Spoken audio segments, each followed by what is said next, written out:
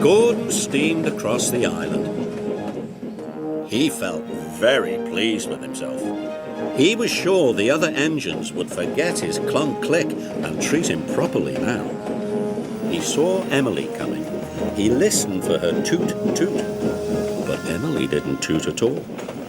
This made Gordon very cross. He was so cross that he didn't see the signal telling him to stop. And he didn't see the goods train ahead until it was too late. Luckily, no one was hurt, but Gordon came off the rails.